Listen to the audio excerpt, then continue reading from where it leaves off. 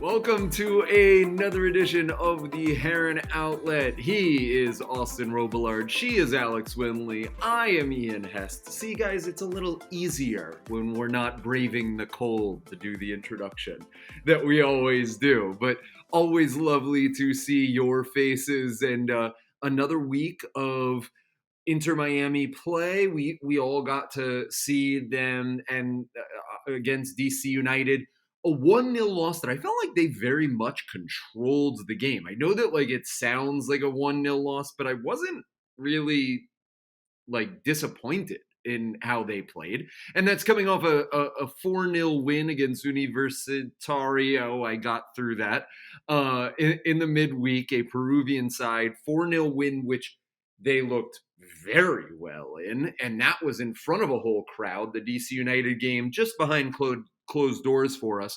So let's start with the midweek game, the 4-0 win. Wins and losses, what we liked, what we didn't like. Alex, I gave you the first word on this on Saturday night in our rapid reaction. So Austin, I'll give you the gentleman's first word on this as we get started. What did you like about that midweek game? Because there were, I guess, little moments where you saw this offense could be a little bit more than what it has been, especially last year. Yeah, I think that what this game established, and it's a pretty good thing to establish, was Neville, even going back to last season, was talking about having a youthfulness and a quickness and a ruthlessness at times, and translating that from last year to this year, the offseason. Obviously, that was something that they wanted to work on, and we finally got to see it in full speed in a 90-minute match against a side that maybe we're unfamiliar with, but at the same time, it was still a professional side. And I'm not one to say anything about Peruvian, club football. I honestly not really heard of the team before this point, and that just speaks to my ignorance. But it was a showing for Inter Miami that proved to me that there's something new and exciting about this roster that they have. And we were missing a lot of players as well. I think that Inter Miami, with the team they put out, that there's still more behind the scenes that we definitely have not seen yet. But this youthfulness and this quickness, before we get into the tactics of things, just for the broad spectrum, the youthfulness, the quickness, the ruthlessness in front of goal. I mean, they scored 4 times. It just seemed like they were really putting on a show for the fans as well, which is one thing that was not always a constant theme in last season. It was an exciting game, an exciting time for fans as well, because it seems promising. And I know you said about the 1-0 loss. Of course, it was a 1-0 loss, but it wasn't necessarily disappointing, and we're going to get to it. But there was a lot to like, that you can see consistent in both matches, which we'll get to later. But the youthfulness and the quickness, especially in the attack, is something to get excited for, and these young defenders are something to get excited for too. Alex, what did you like about that midweek game, the offense that they had, and just that progression in that final third? We sort of, sometimes what I like to do is divide the field up into 9 sort of, uh I don't know what the 9 word is, but one, you get what I'm saying here is, they were so progressive in those 2 outside final thirds of the nines that it looked just completely, I don't know if it's aggressive. It looked organized, and it looked exciting and enticing, and something that we've been begging for 2 years, 2+ years. Yeah, I was looking down because I got my little tactical pad. I don't know if you guys will see, but this is basically how Inter Miami's lined up in a 3-4-3. I know a lot of people consider that formation defensive, but not the way Inter Miami played it. That's why I keep referring to it as a back three and not a back five, solely because of how offensive they were. If you were to look at the highlights, I know Inter Miami didn't pick them up, but they very much played through the wings. The midfield, the midfield, I wouldn't say is a focal point. They're more of the guys that support the wingers and the wing backs in order to get up the pitch. There weren't as many diagonal balls. It was more quick, short passes into the wingers like Ariel Lassiter or Robbie Robinson, trying to get on the trying to get to the byline to put in across to Higuain. Or they have a central midfielder get up to the 18-yard box and try to get a goal that way. So yeah, it's a very quick, very direct sort of system. I know when Miami played that back five last season, it was really slow, methodical. They relied on a lot of long balls because the center backs maybe weren't as mobile, maybe weren't as And uh it rotated side to side, yeah. Alex, right? Like it went back and forth last year. This is a lot more route one, right? Like and it was much straighter.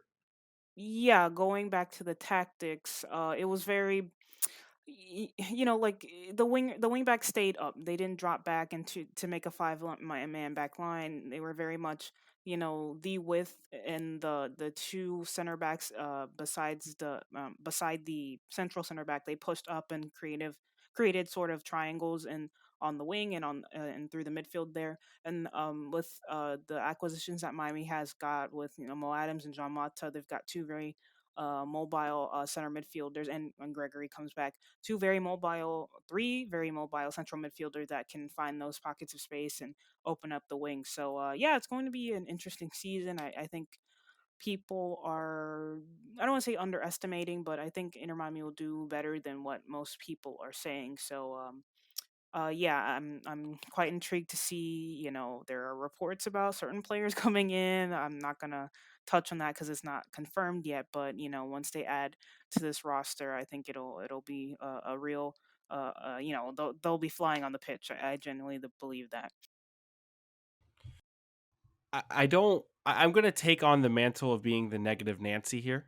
And I know that I just talked like great things about what Inter Miami were doing, but there was a theme, and not necessarily theme, but something that I noticed over these two matches. Other than this, everything that you said, Alex, perfectly described, and Ian too. The one touch passes, getting direct route one up and down the wings, getting to the box for Inter Miami in both matches against Universitario and against DC United was really, really good, especially when they were controlling the game. But there's something that I noticed when I really thinking about it and going into the details of it. 4-0 on paper looks really, really, really good, right? But I looked at the names on the score sheet and I looked at what the goals were. Across from Breck Shea was an own goal. Never found anybody in the box. Higuain was close, but he wasn't there. Ian Fray dribbles from the back off an interception, gets to the goal, beats really lackluster defending and goalkeeping, but it was a phenomenal goal nonetheless. Don't want to take anything away from him. Harvey Neville is a cross and it goes into the top corner. And then they score off of a non-cleared corner that found Ethan Harden at the back post. And then you go to the DC game. Yes, we were raving, and you can listen to us in the rapid reaction over on the YouTube channel. We were raving about Ariel Lassiter on the wings and Mo Adams and Jean Mota. And I can say so many good things about these guys, but there's that presence in the middle of the box that is not really receiving the ball, or and he did at times, I guess, and that's Gonzalo Higuain, obviously, but he did at times. He's just not failing. He's failing to hit the target, and I think everybody else. I'm not just putting this on Higuain, not trying to like draw any headlines or anything, but it's getting to the box is good, but not being efficient in the final third is bad. And that's a theme that I don't want to see continue throughout the preseason. I know that there's one more game on Friday against Montreal, then they'll have a camp in South Carolina. But by February 26th, I want to see more efficiency in the final third. I don't want to see, own goals on the score sheet or fluke goals on the score sheet. I want to see a team goal come into place. Now, listen, winning the corner, the one that Ethan Hart ended up scoring was a really good thing by the youngsters. Ian Fray getting into the box like he did is a really good thing. Ariel Lassiter getting up and down the wing, cutting inside, trying to make a final pass is a really, really good thing. But they just have to be more efficient. Granted, it's only been 180 minutes, and maybe I'm overreacting a little bit, but I want to see more. I want to see more. Well, Yeah, I wanted to press you on that. I wanted to press him on that if it's okay, Alex, because like you had mentioned even on Saturday how Higuain wasn't asked to drop back instead. He was going forward. So doesn't he probably have more responsibility now I mean, he had a ton of responsibility to bang in the goals almost nonstop. If he could score, they could win last year. But does he not have a little bit more of that responsibility now?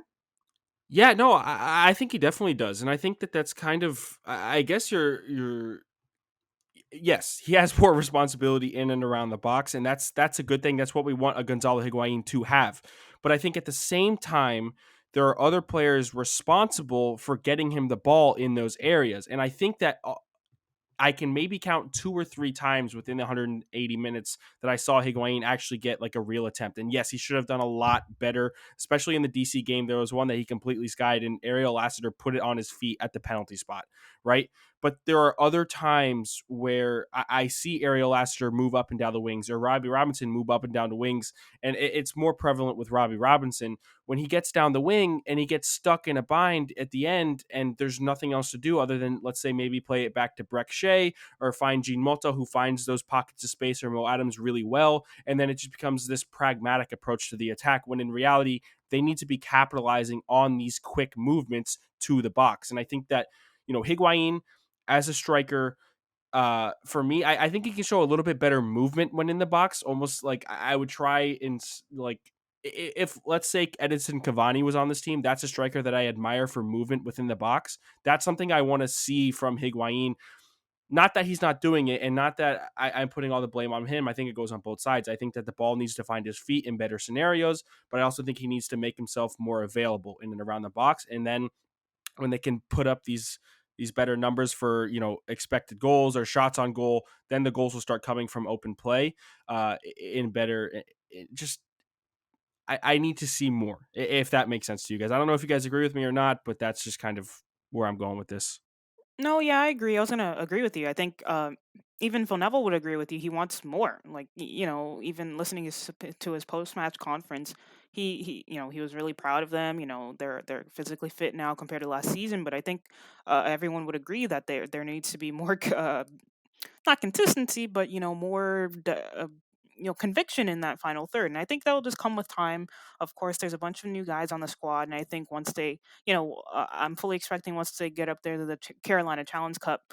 By then they should be fully fit, and they should be starting to learn each other's movements and whatnot. So yeah, I do agree. I think there needs to be more conviction there, and I think it'll just come with time. But I will also say that there's nothing wrong with winning games like that. There have been, look at last season. There have been several games where Miami could have crawled back to get a draw or something, but they just kind of gave up. And you see teams like Nashville, where I don't know how many draws they had last season. I think it was like 18, and I believe Inter Miami had the same amount of wins as Nashville, but they had far more losses than Nashville, and that's the difference between making the playoffs and lingering in the bottom of the Eastern Conference. So Miami just needs to find a way to win. Doesn't need to be pretty. Obviously we want to see that direct rock and roll counterattacking using the width of the pitch type of football, but at the same time, Miami needs to find ways to win. And against Universitario, they did that. They weren't the prettiest goals, but they absolutely smashed them 4-0, which sent their fan base into a bit of a tizzy for days. It was kind of crazy, but yeah, I think. I agree with you, Austin. I think they do need to be more convicted in that final third. But at the same time, there's nothing wrong with winning games like that, because that's how you get to the playoffs, and that's how you not lose games but draw them, or that's how you win ugly games and not lose them. Alex, you pronounced that name so well that it sort of distracted me because I thought I was the best Spanish speaker in the group, and now all of a sudden I'm a little less confident than I might uh, be. yeah, my Spanish is just okay. Look, guys, let's move on to DC because I think that it's sort of like an unfortunate um, headline that comes out of it because it's easy in a game that you can't see, in a game that the fans did not see, to see, oh, 1-0 against another MLS team at home, and that just doesn't, oh, same old Inter Miami, right? Like that this team isn't going to be good. We were standing pitch side for that game, so we got to see firsthand, like right on the action, even what Phil's normal view is. It looked a lot better. I'm not gonna lie. Like it looked quick. It looked pacier. It looked cleaner. It looked nicer. The one thing that I'll start with the negative, I guess, that I saw was it looked riskier. That they were going to go no matter what. And Phil even said it in the post-game press conference when I asked him about it, that he said if you're quick there, you're going to be quick going there. And that's a mentality that they're going to have. So there's the negative. Now let's look at the positive. What, Alex, let's start with you. What was your like best moment that you felt like? I know Ariel Lassiter impressed you. I know that there were a couple of players that impressed you. Where do you want to start with this? The back line. I know we harped on it a lot, especially when Leandro left to River Plate. People were saying, "Oh, Miami got rid of their best defender, yada yada yada." But from what we've seen these two past preseason games, I know it's probably entirely too early. um, they're able to hold their own. Guys like Ian Fray, Mabika, Christopher Mcveigh. They've not really put a step wrong. Of course, they're still young and they'll make mistakes, but Ian Fray especially. He is wise beyond his years, playing as a central defender, which is crazy considering he's only 19 and a homegrown product, which is even more pride for us because we're all South Florida natives. So looking at that back line, and then yet you still have to add guys like Damian Lowe and Jairo Quinteros, and it's a good center back core. I think watching these preseason games, it calms a bit of the worries I had about that. LGP's gone, Figal McCoon was traded, Shawcross retired. Those were four starting center back. Oh well, three. Ryan Shawcross, unfortunately, due to injury, he wasn't able to play much. But three to four starting center backs that Miami got rid of, and they brought in these young guys, Mabika Frey, Jaro Quinteros, and of course, Damian Lowe's only 28. But, there's a lot of question marks surrounding them. But watching these preseason games, I feel a lot more confident in Ian, guys like Ian Frey and even Mabika, which we saw last season when he got called up for those two emergency matches. They look like they belong. And I know you, Ian, you asked Mabika about his growth and progression coming from Kentucky college soccer to USL to MLS, and he said, basically he's taking it day by day and improving what he can and learning what he can, and it's super refreshing to see a young player just not get a hot head because he rose to fame so quickly, but take it in stride and still try to improve on where he's at. So, yeah, it's just super. It's going to be super excited to see all their them progress throughout the season. And then, like I said, when you add in guys like Lowe and Quinteros, it's a pretty good, decent center back core that. Not only is quick, like Phil Neville said in his post match conference, where they can, do both ways, run up, run back. They're also very good on the ball, very comfortable on the ball, which LGP and Figal were. But at the end of the day, you know, like I don't want to be mean, but there were times where LGP Figal they were just a step too slow to attackers. But with guys like Ian Frey, Mabika, he's absolutely huge. Two steps and he's there. You get kind of the best of both worlds with you got the quick burst of speed. And recovery runs, and you've got the technical ability on the ball. And I don't know if Austin, you remember, I think it was one ball that Ian Frey like curled in perfectly into Harvey Neville's step, and we both freaked out on the sideline. Like it was just yeah, it's just I've got so crazy high praises for Ian Frey, and yeah, it's just going to be an awesome season for him and the back line. Yeah, I want to touch on. I just want to bring up your points even more because I saw a lot of the same things that you saw, Alex, and you saw, Ian, in both games. And Ian Frey impressed me in both games more than I would say anyone else on the pitch. I think there are like 4 or 5 standout players, and Ian Fray is probably number one for me. His You touched on it. His technical ability on the ball is phenomenal, and we talked about it in the rapid reaction as well. The way he is able to just get past an opposing player as a central defender is quite phenomenal, and a 19-year-old one at that. But speaking to his defensive abilities, just like Mabika, long strides, can get to the ball easily, recovers quickly. And I think that he just seems so calm and composed at the back. And Mabika too, for them two being such young defenders, the way that they handled the game against DC was phenomenal. And I say that because we got to hear exactly what was going on and literally hear what was going on. And the way Mabika and especially Mabika was so vocal and controlled the back line with his words and commands and instructions. It was really great to see from a guy like him who you want to see progress into the first team and become a starter. Like that was something that we all wanted out of college. In the draft, he was an interesting choice. We looked at him as like this possible diamond in the rough for the Fort Lauderdale side in USL. He looked awesome. Comes up and plays 2 games. This is just he's on this trajectory, and he spoke to it in that presser that you can watch on our YouTube channel. He spoke to it. He just wants to keep growing and growing and growing, and he's doing exactly that.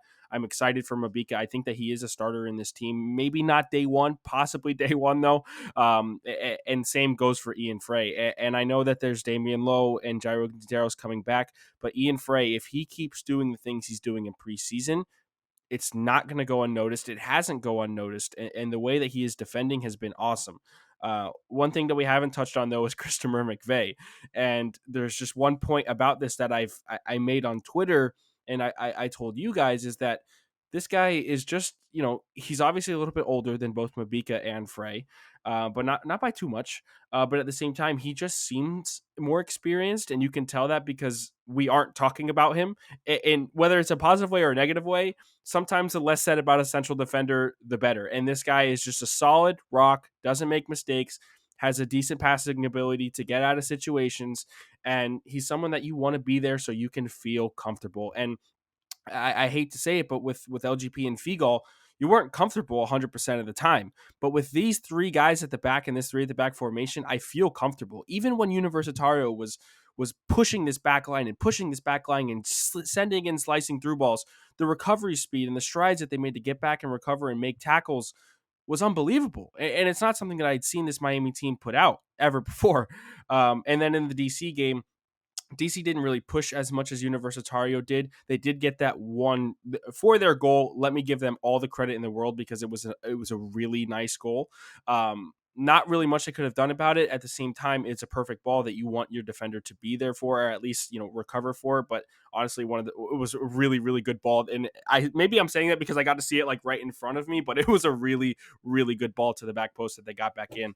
But one goal conceded in 180 minutes in preseason is really good for me. I'm excited to see what Phil Neville does against Montreal. I'm hoping he keeps it the same because I want to keep talking about this defense as a unit. Austin, Yeah. you pronounced it better than I did again. So like I mean I'm like 0 for 3 on this. I'm the worst one of us. This isn't fun. I mean, come on, guys. You're making me You just look have to bad. let it come out. Don't even think about it when you're talking. Just let it come out. Just let it come out and see what happens, and you should be good. And I do want to sound like a broken record because I am always here for positive talk about Ian's in the world. But I just love how chill he is. Just how smooth, calm, and cool and collected he is. Mabika too, Mcveigh, like you said, it's all it's like a warm blanket. We maybe I'm still too cold from Saturday, but it's like a warm blanket that just makes you feel like comforted. And it's very even keeled in how they communicate from the back front. I talked about that on our rapid reaction, and what the process is. Alex, you had alluded to this, that it's not a more of that 5 with the 2 wingbacks, that it is more of a 3 at the back, and those are the 3 defenders, and it is more a traditional 3-4-3. I wanted you to touch on that a little more because it can get a little confusing for people sometimes when they say, "Oh, well, they played that way last year." Well, it's not. It looks a little different. And that 3 at the back is very solidified differently than when it was that sort of inverted 5 at the back where Gregory would pull back in, and that was sort of how they were playing. So if you can just tactically, as easily as you can, break that down for me. Yeah, so the back five, it's pretty debated formation. A lot of fans don't like it because it's deemed defensive. You see a lot of certain English teams. I won't point out which ones play a back five, and they always bunker down. They never play offensive football. But with this Inter Miami side, I know it sounds absurd, but it's very much the two wingbacks. They're rarely back there unless they have to defend, of course, but for most of the time they are pushing up nearly where the wingers are, and the wingers are either tucking in or getting in behind. We didn't record this, but tactically on the bench, Neville was screaming at guys like not negatively, but screaming at guys like Robbie, like Ariel, to to press up. Especially Harvey Neville. I know he's going to be a little bit harder on the son, but he was screaming to the wing backs, press up, get in behind there, get in behind there, which is a very much offensive way of playing that formation, that position. So I know people, back three, back five, oh, it's defensive football. No, Miami play very quickly. They play direct. Wing backs getting behind, the wingers getting behind, the midfielders, they create space for the wingers and wing backs in order to do that. And we'll touch on him later. Jean Mata, he's a big part of that. And that's probably the reason why they specifically wanted to go after him. A more mobile center midfielder with a good left foot who can just get all over on the pitch. So you'll see when Inter Miami play Montreal, we'll have coverage of that. Hopefully they'll play this information, but I think if that's the case, we'll try to detail how much of this is a back three where wingers play in line of the two central midfielders to make a midfield four, and you see the wingers on the attacking three trio. Sometimes Egoin drops deep, but against DC he didn't really do that much. But yeah, you see it coming together compared to last season. It was very disjointed. When Miami played that formation, it was more of like oh, we're only doing this because we just need to defend better, not necessarily to attack more. But with this formation, it's deliberate. Like it's not there just cause just for several reasons. It's deliberate. They're quicker. They're out of they're just quicker. They're quicker, more direct. It's not even necessarily like long balls over the top. It's short, quick passes to open up that space and get those wingers, those wing backs in behind. So it's a really interesting way to play soccer. I'm interested to see how they continue to develop that. But yeah, it's not defensive at all. I don't know how many times I have to No, but say it, but like it's yeah, yeah, it's like yeah. and it's interesting that you say that. I think like we all grew up playing soccer down here and like the Miami style. It's kind of similar to Mm, what you see in like the playground down here. I yeah. don't mean that as like a negative thing. I mean that more as like an homage to what they're trying to do. It's like bang bang, yell at each other, be loud, be fast, be one touch. Like that's you could go to any high level academy throughout South Florida, and that's the way that they're preaching to play. That's at least how I grew up playing down here. It reminded me a lot of that. Austin, I wanted you to bring you in on this on Jean Mata that Alex had brought up. What role should he play, and what role is important for him to play, and are those the same thing? I guess I'm just kind of wondering, in that spot where he is, what should we expect from him? I actually think it's going to change a little bit from what we've seen, and that's because of the insertion of Gregory in the starting lineup when he's fit and able to go. Not too much. It's not going to change too much, but I think that the way Jean Mota has been playing, and it was so deliberate in this DC game. His pressuring and the way he can win the ball off of attackers is second to none. And that was something that I really, I really saw Gregory do when watching his tape from Bahia come over. That was somebody that I admired for that ability, and to have two of those guys. And I actually think that John Mott is a little bit quicker than Gregory, just off of, a couple of steps. I think to have two of those guys in the midfield, it's going to be really annoying to play against. Grant, that's if John Mota is the starter, which I am going to predict that he is. I'm excited for what his role is to be, because I think that there is ability for him to move a little bit more up the field than what we've seen. And I say this because a lot of the times, especially in the DC game, which really sucks, I wish the fans got to see it, but it was so evident how good of a player John Mota was. Actually, I saw a little bit of it in the Universitario match too. He knew where to play passes, right? In the Peruvian side match, he was not able to execute them as well, but in this DC match, he knows where to play passes. He knows, and he isn't pragmatic about it either. It's not just like turn around and play it off and then trying to move again. It's going forward. It is, complying with this direct route one style that we have just spoken about. And like you said, Alex, his left foot's really good.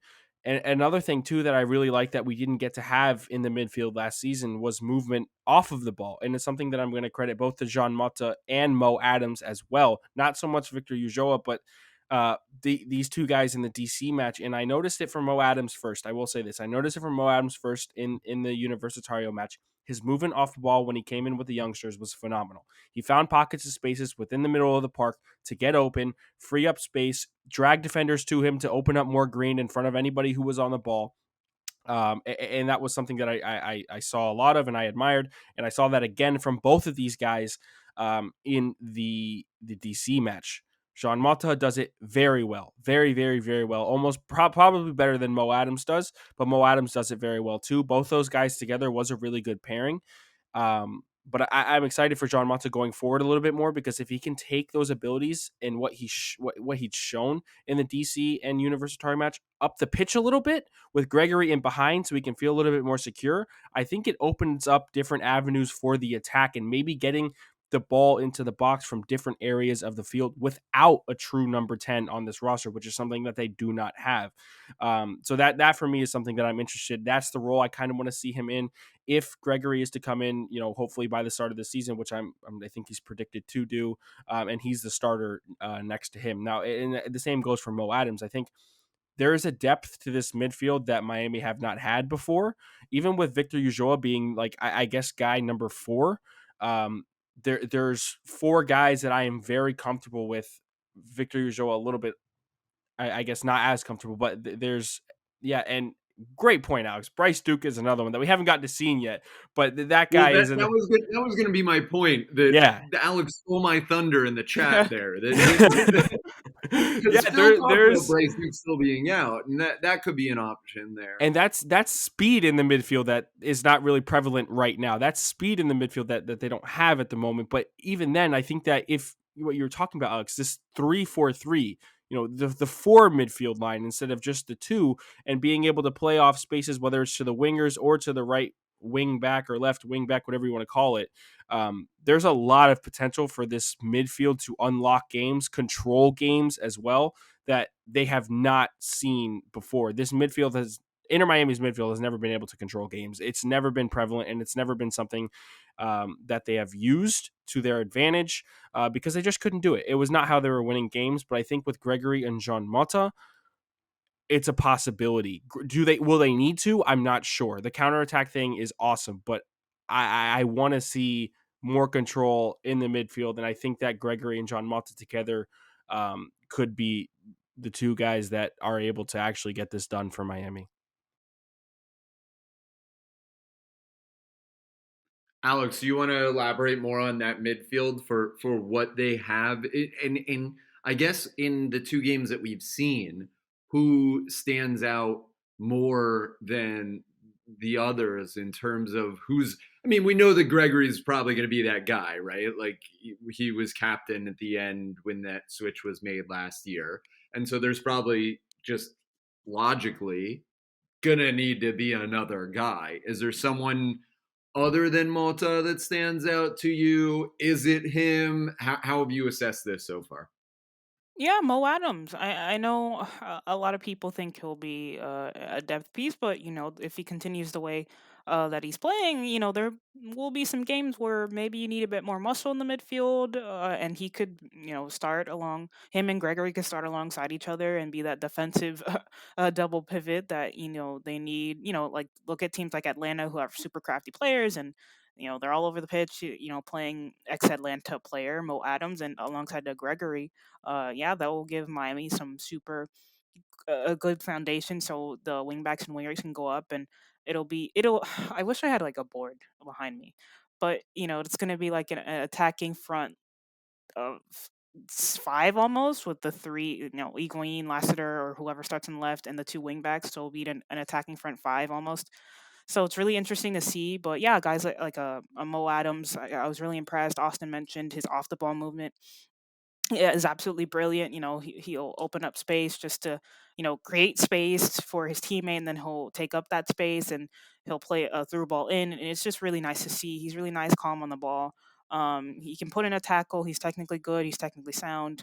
I'm excited to see him a bit more. And once later this month, we're not in February yet, but later in February, Miami will go up to I believe South Carolina to play in the Carolina Challenge Cup, and hopefully those games are broadcasted. So, and hopefully Mo can get more games up there. So, yeah, it'll be a good challenge for them, and I'm intrigued to see Mo Adams. I know he flew under the radar a bit. I know in earlier pods this this off season, the season we didn't really touch on him much, but seeing him in action, it really did change my opinion of him, and I'm intrigued and excited to see how he gets on with this Miami midfield.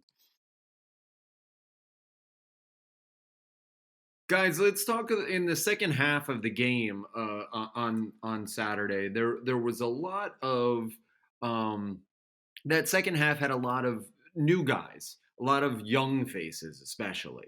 Um, and so let's just, I guess, break down that for a little bit because we haven't really gotten to see.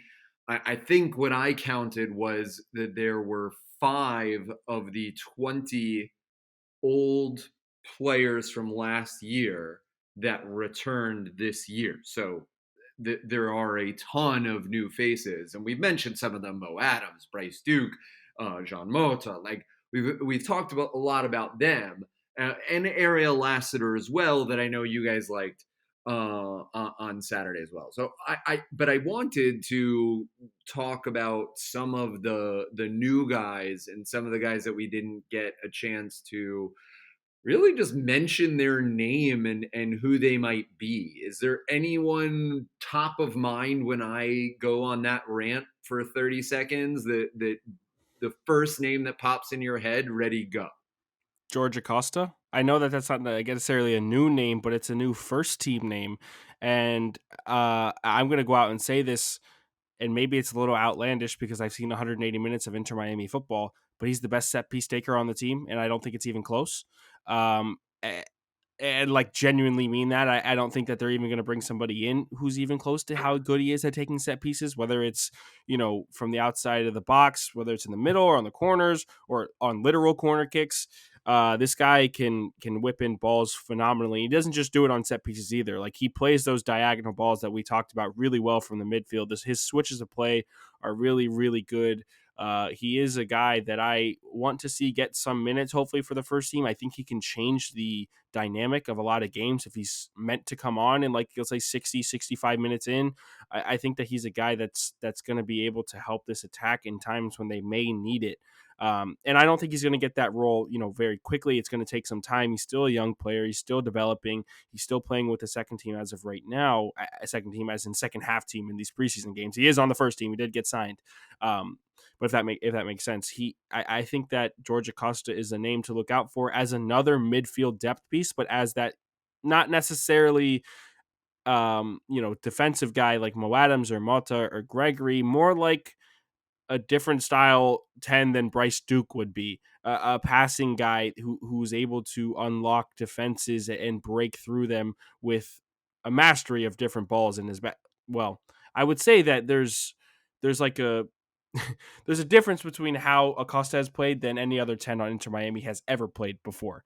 And I think that that's something that is going to be brand new and could help later on in games if he's to come on as a bench player. I'm gonna build upon that the style that I think you're looking for, and this is high praise for him. I am not comparing him to this level of play, but it reminded me a little bit of Hazard, of how it was like quick, angled, and then that little chippy shot over a little chip ball. Once you get it in the midfield, you get it on the right side, you go a little, and then you can chip that angled ball over the top. Am I wrong in that, or Alex, you want to correct the record? That's a good assessment. I'll say more like a Chelsea Hazard than a Real Madrid Hazard, but Yeah, yeah, um, yeah, yeah. but yeah, I'd have to agree with Austin and his point with George Acosta. Watching him play against DC, him coming off a knee injury, he made a pretty, like two crunching tackles in the midfield. So I would say that he's fully recovered from that knee injury, or at least comfortable enough to slide tackle attackers again. And yeah, if you listen to the show consistently, you know how much we talk about Fort Lauderdale CF and Georgia Costa, and we will see a couple of those guys come up to the first team. Of course, Acosta, Abika, they're already here. Harvey Neville, Phil Neville alluded to them wanting to sign Harvey, but he needs a green card, and right now, that I guess that can wait on the burner a bit. But Georgia Costa, I'm super high on. He just needs to keep working. He's more of an offensive type of central midfielder compared to a Gregor or a Mo Adams or even a Jean Mata. So, I could see George Acosta coming on. Let's say Miami needs a goal and they have most of the possession. They can take off a central midfielder, or even a defender, put on George Acosta, and they'll keep possession of the ball quite nicely and have a couple of opportunities because George is just his vision is incredible. They don't call him the wizard for nothing. So yeah, I'm excited and intrigued to see George and his development. I know was it a couple of months ago we spoke to Darren Powell, and I asked him about George, and he pretty much said, yeah, George is great. He's recovering from his injury, so they were taking him a bit slower, but looking at that game against DC, those slide tackles, it just tells me, yeah, everything I need to know about him and his recovery. He's fit, he's ready, and he's ready to contribute to the first team. I want to make a point here really quick. George Acosta coming on late into games to try and get a goal is literally an example of Federico Higuain coming on late in games to try and get a goal. Like, that is exactly the comparison that it just clicked in my mind. I had like a little light bulb moment, maybe very excited. But that's exactly what this guy is going, or hopefully going to be able to do. It's what I've seen. It's what the potential's showing, and I think that'd be really good. Another name too that is on the first team for sure signed is Edison Escona. I don't think we've talked about him really at all, but especially in that first preseason match, this man was dying to get on the ball. He said, "Give me the ball. I want to run the game. I don't care if I'm on the left wing or if I have to move into the middle to receive it. I'm going to try and make things happen." And to see that from a young player like Eddie Escona, who is extremely technically gifted, by the way, he's able to beat defenders well. There are still, points of maturity that he needs to reach, I think, in his game. However, he is a young, promising player who is exciting, who's fast, who's technically able. His dribbling is good, and I think that he actually reads the game a lot better than a lot of kids his age do at this point in their careers. And I think that he's still just 18. He just turned 18. So I mean, there is so much to come. And you talk about that late game super sub. Inter Miami have like a plethora of that right now. Ariel Lassiter might wind up being that. Bryce Duke might wind up being that. Mo Adams, we talked about. Like there's so many of those, like those guys where, oh, if it's not working with one of you, it's going to work with you type of players that will be very interesting to watch, especially post 60-minute mark in games. And I think that that's really going to be an exciting coda on what this team is going to do. Guys, I want, as we sort of start to transition more into World Cup qualifying talk and everything, I do want to mention that the final home preseason game against Montreal is Friday, but you also can go to a free open training session on Saturday at 4 o'clock at the stadium. You do need to RSVP. If you're a season ticket holder, you or automatically have a ticket, but you do need to RSVP in order to attend that event. I'll be there. I think you guys will as well, and I'm looking forward to a wonderful time. It's really a great insight into seeing training that we get to look at, we get to analyze each week. But if you're listening or watching on our YouTube channel, that's a fun chance for you on Saturday to get to see the team, the first team, play live on an afternoon in real action. Guys, let's transfer into World Cup qualifying. We'll talk about the U.S. men's national team for a little bit in a sec. But Quinteros is with Bolivia, played all 90 minutes in their 4-1 defeat to Venezuela. It was rated highly. I didn't get to see the game, so I don't know if either of you did.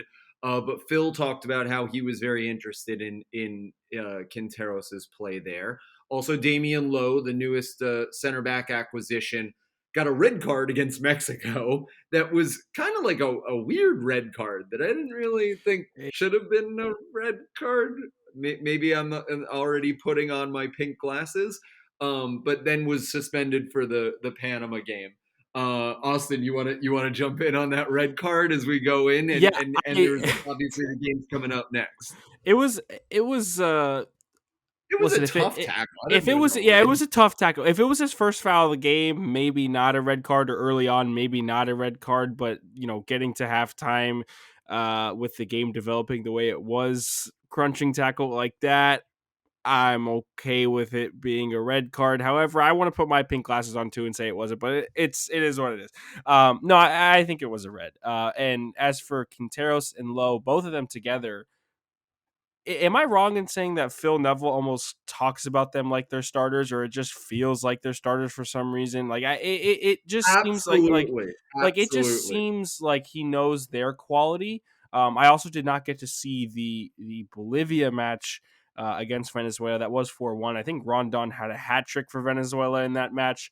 But there's a lot to be said for how well Phil Neville speaks of these guys, even when they're not on the training ground and they're just playing for their national teams. And national team exposure is huge, and especially I think you can listen to what Phil had to say about Quinteros and Lowe playing against these high profile strikers in both of their qualifying groups.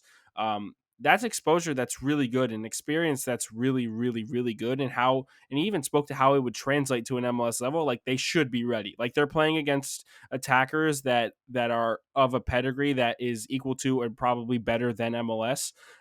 They should be coming back to training and ready. I think he actually joked about Damian Lowe hopefully getting a 2-game suspension instead of 1, so he could come back to training and not play the final game for Jamaica, which was kind of funny. But yeah, I think that I'm excited to see what these two guys have to offer.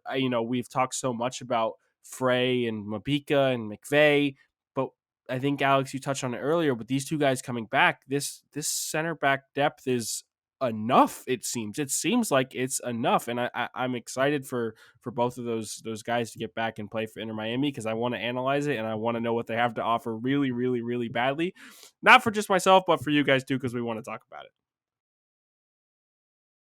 Yeah, I think you said everything. Neville mentioned that he was hoping that red card was a 2-game suspension and not 1. So, yeah, I think once Quinteros and Lowe get in there, we'll be able to get a better assessment of the both of them.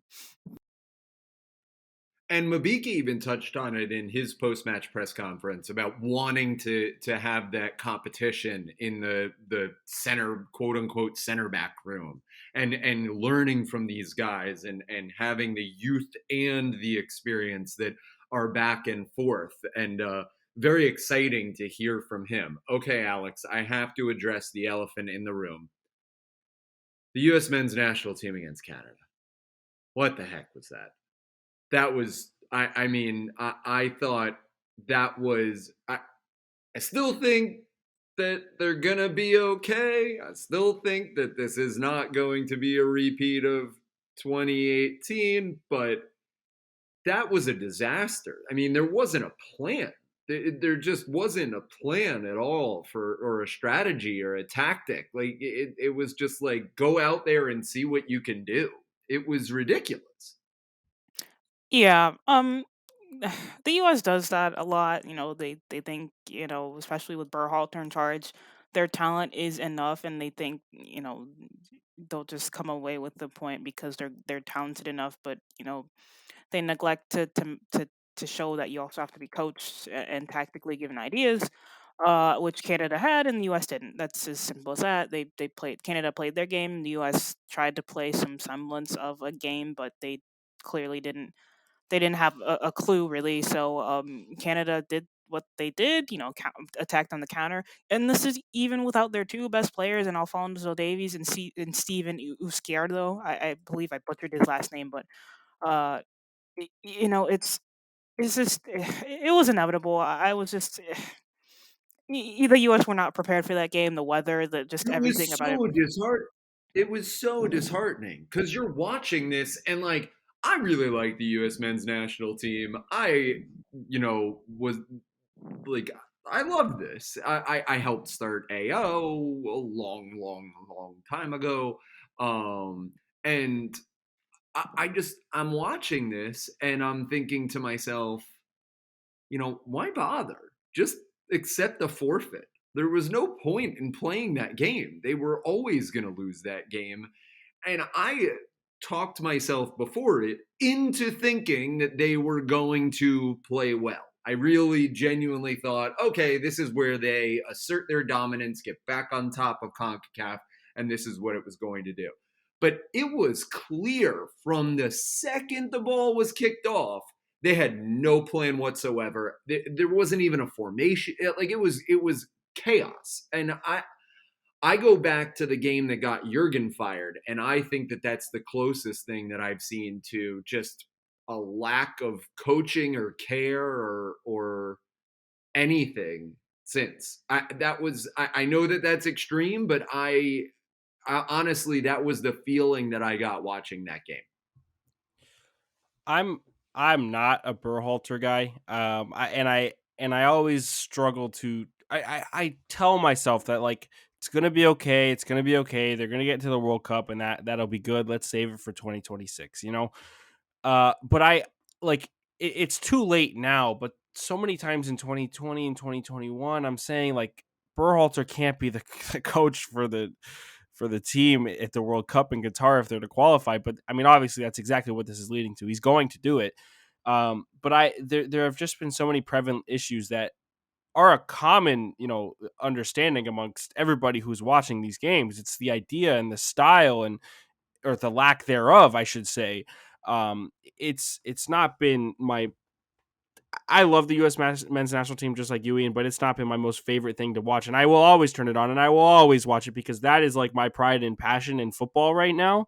But it's getting to a point where it's just annoying. And this Canada game, after seeing the result, no, I did not get to watch the game. I will be doing my extensive highlight rewatch, as unfortunate as that sounds, because of how you guys are making it sound. Um, I just you just hope for more with the talent that's on this roster and what the talent that's Berhalter's putting on the field, by the way, which is not always a thing. It's usually the Roldons and the Legets, but no. I saw lineups out there in a camp that has a lot of talent and international talent that is not being pieced together in a way that it should be. He's not getting anything out of Christian Pulisic somehow, some way. I don't even know how that's possible, but he's not doing it.